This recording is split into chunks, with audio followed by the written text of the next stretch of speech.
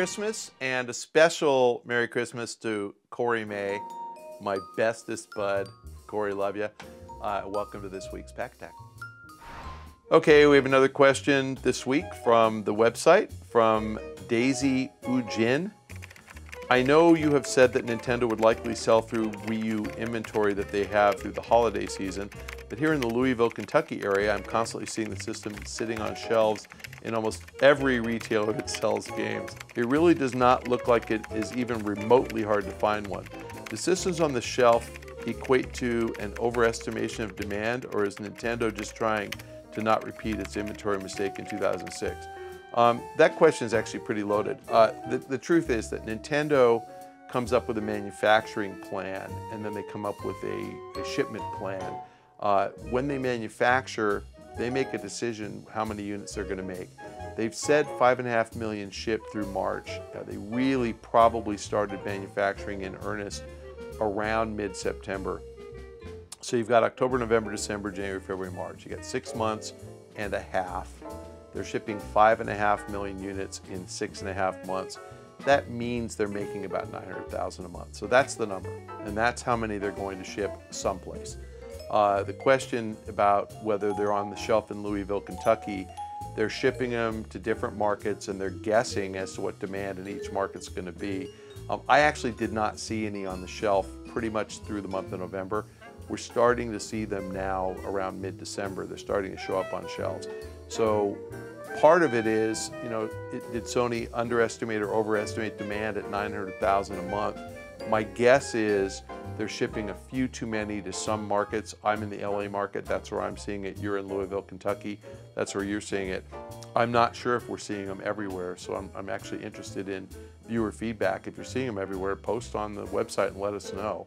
I think that probably overall, Nintendo did a worse job than they did 5 years ago or 6 years ago in promoting the Wii. They didn't create demand that vastly exceeded supply. And I think they did that intentionally. So we didn't have massive promotion. We didn't have Reggie on every TV show talking about how the Wii U is going to change your life. He was very selective about where he appeared.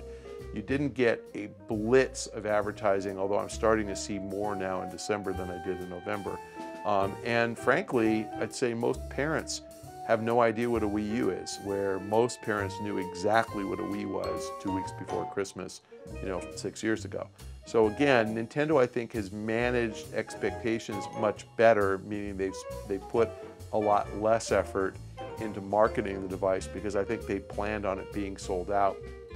They can turn on the marketing anytime they feel like it. So when I say they did a worse job this time, they spent less. I think that's by design. I don't think that's a bad thing. I think they will turn on the marketing and the promotion of the device if they don't think it's selling well. And I think the best indicator you're going to have of whether the thing is selling poorly or not is if you see a lot of ads for it and then you still see them on shelves. If you see tons of advertising and the thing's still on the shelves, it's probably not going to sell well. If you see tons of advertising, my guess is the ones on the shelves are going to disappear.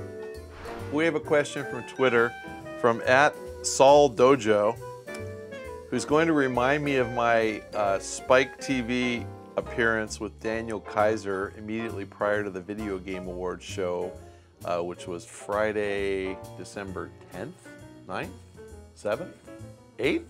Friday, December 8th. It's okay. You guys can find it on GameTrailers TV. They'll be happy to show it to you again. From your perspective, we're seeing two digitally distributed titles with The Walking Dead and Journey in the mix for Game of the Year. What does that say to you from from a business standpoint that these companies can release $15 to $20 games or less with the episodic nature of The Walking Dead?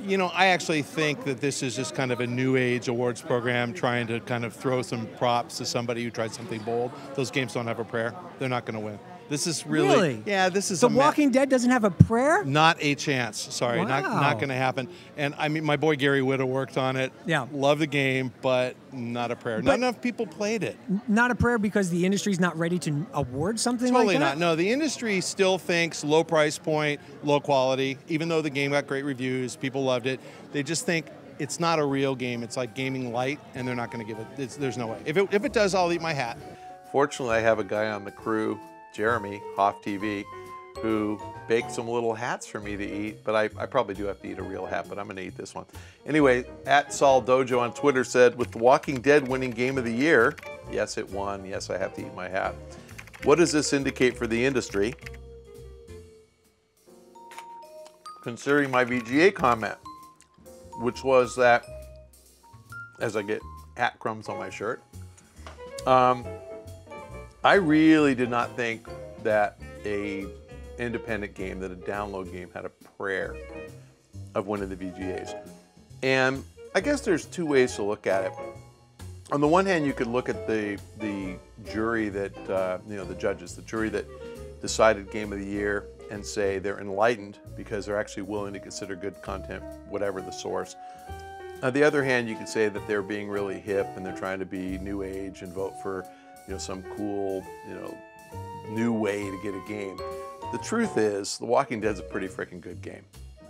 And the truth is that even though it came as a download, to enjoy the full experience, I guess you have to buy like 5 parts to it or something. So it ends up being about the same length as a full-fledged console game. And I actually had not yet played it. I am going to, but I understand it's great. And I'd say what it really tells you is that the industry has evolved to where we don't have to get our content in the conventional manner. Now, my belief is that the true mark of the Game of the Year is the one that makes the most money. And I know you guys think, well, I'm just a suit and I'm all about capitalism. If the game really is the best game, it should sell the most units. And if it doesn't sell the most units, what it really tells you is that the industry's screwed up because you're not supporting the best content. So I am hopeful that games like Walking Dead are going to surprise us now that it's won Game of the Year, and they're going to get a chance, be given a chance by a lot of gamers who otherwise would not have played that type of a game. My understanding is it really is that great, so it's good to see that, that the industry can celebrate these types of efforts and embrace these types of efforts, and I hope that gamers will embrace them. I got to eat my hat. This is a freaking great cookie, Huff TV.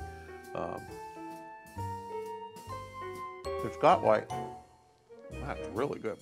It's got like just the right amount of chocolate, not too sweet.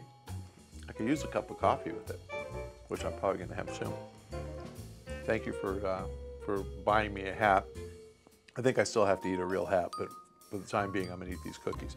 All right, fellow babies, thanks for joining us again on this week's Pach-Attack. If you have a question, submit it at the link below, or you can submit it to me on Twitter at Michael Pachter. And you have to copy at Rohan Likes Pants, because not only does he select all the questions, but he is a whore for Twitter followers, and he really, really likes pants. You don't like that? You got to put that in. I'm gonna put that in all of them. I'll put it in one of them. Yeah, of course. All right.